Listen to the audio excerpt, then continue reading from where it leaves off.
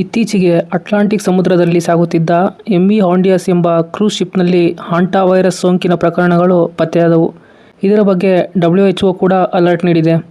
ಹಾಗಾದರೆ ಈ ಹಾಂಟಾ ವೈರಸ್ ಅಂದರೆ ಏನು? ಇದು ಹೇಗೆ ಹರಡುತ್ತೆ? ಇದು ಕೋವಿಡ್ ತರಹ ಭಯಾನಕವೇ? ಇದರಿಂದ ಹೇಗೆ ತಪ್ಪಿಸ್ಕೊಳ್ಳೋದು? ಇವತ್ತಿನ ಈ ವಿಡಿಯೋದಲ್ಲಿ ಇದರ ಬಗ್ಗೆ ಸಂಪೂರ್ಣ ಮಾಹಿತಿ ತಿಳಿಯೋಣ. ಈ ಕ್ರೂಸ್ ಶಿಪ್ನಲ್ಲಿ ಪ್ರಯಾಣಿಸುತ್ತಿದ್ದಂಥ ಜನರಲ್ಲಿ ಅಚಾನಕ್ಕಾಗಿ ಜ್ವರ ಮತ್ತು ಉಸಿರಾಟದ ತೊಂದರೆ ಕಾಣಿಸ್ಕೊಳ್ತು ಮತ್ತು ಇದಾದ ನಂತರ ಕೆಲವೇ ದಿನಗಳಲ್ಲಿ 3 ಜನರ ಸಾವಾಯಿತು. ಈ ಘಟನೆಗೆ ಕಾರಣವಾಗಿದ್ದು ಒಂದು ಅಪರೂಪದ ವೈರಸ್, ಇದೇ ಹಾಂಟಾ ವೈರಸ್. ಹಾಂಟಾ ವೈರಸ್ ಎನ್ನುವುದು ಒಂದು ಅಪರೂಪದ ವೈರಸ್. ಇದು ಮುಖ್ಯವಾಗಿ ಇಲಿಗಳು ಮತ್ತು ಕೆಲವು ಕಾಡು ಎಲಿಗಳ ಮೂಲಕ ಜನರಿಗೆ ಹರಡುತ್ತವೆ. ಈ ವೈರಸ್ ಮೊದಲು 1950ರ ದಶಕದಲ್ಲಿ ಕೊರಿಯನ್ ಯುದ್ಧ ಸಮಯದಲ್ಲಿ ಗಮನಕ್ಕೆ ಬಂದಿತ್ತು.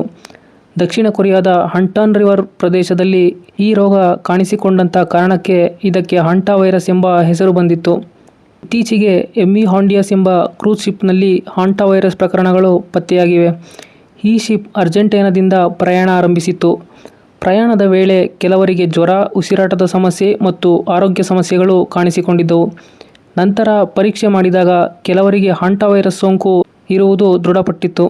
WHO ಮಾಹಿತಿ ಪ್ರಕಾರ 8 ಜನರಲ್ಲಿ ಸೋಂಕು ಅನುಮಾನಿಸಿದ್ದು 3 ಜನರು ಸಾವನ್ನಪ್ಪಿದ್ದಾರೆ. ಈ ವೈರಸ್ ಆ್ಯಂಡೀಸ್ ಸ್ಟ್ರೈನ್ ಆಗಿದ್ದು ಇದು ಬಹಳ ಅಪರೂಪವಾಗಿ ಕ್ಲೋಸ್ ಕಾಂಟ್ಯಾಕ್ಟ್ ಮೂಲಕ ಹರಡಬಹುದು ಎಂದು WHO ತಿಳಿಸಿದೆ. ಆದರೆ ಸಾರ್ವಜನಿಕರಿಗೆ ಈಗಲೂ ದೊಡ್ಡ ಮಟ್ಟದ ಅಪಾಯ ಇಲ್ಲ ಎಂದು ಸಹ WHO ಹೇಳಿದೆ. ಹಾಂಟಾ ವೈರಸ್ ಹೇಗೆ ಹರಡುತ್ತದೆ? ಹಾಂಟಾ ವೈರಸ್ ಸಾಮಾನ್ಯವಾಗಿ ಸೋಂಕಿತ ಇಲಿಗಳ ಮೂಲಕ ಹರಡುತ್ತದೆ. ಇಲಿಗಳ ಮೂತ್ರ, ಮಲ ಮತ್ತು ಲಾಲೆಯಲ್ಲಿ ವೈರಸ್ ಇರುತ್ತದೆ.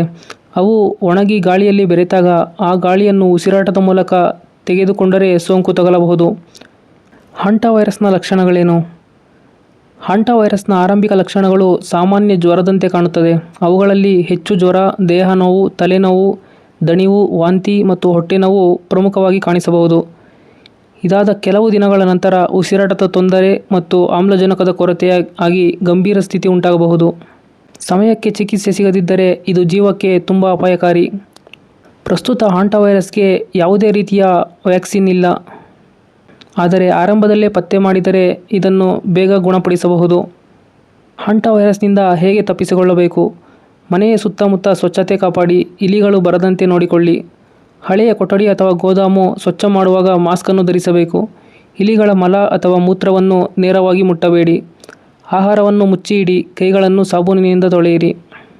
ಹಾಂಟಾ ವೈರಸ್ ಅಪರೂಪವಾದರೂ ಗಂಭೀರವಾದ ವೈರಸ್ ಸೋಂಕು. ಇತ್ತೀಚಿನ ಕ್ರೂಸ್ ಶಿಪ್ ಘಟನೆ ಈ ವೈರಸ್ ಬಗ್ಗೆ ಮತ್ತೆ ವಿಶ್ವದ ಗಮನ ಸೆಳೆದಿದೆ. ಆದರೆ ಯಾವುದೇ ಭಯಪಡುವ ಅಗತ್ಯ ಇಲ್ಲ. ಸರಿಯಾದ ಮಾಹಿತಿ, ಸ್ವಚ್ಛತೆ ಮತ್ತು ಜಾಗೃತಿ ಇದ್ದರೆ ನಾವು ಸುರಕ್ಷಿತವಾಗಿರಬಹುದು.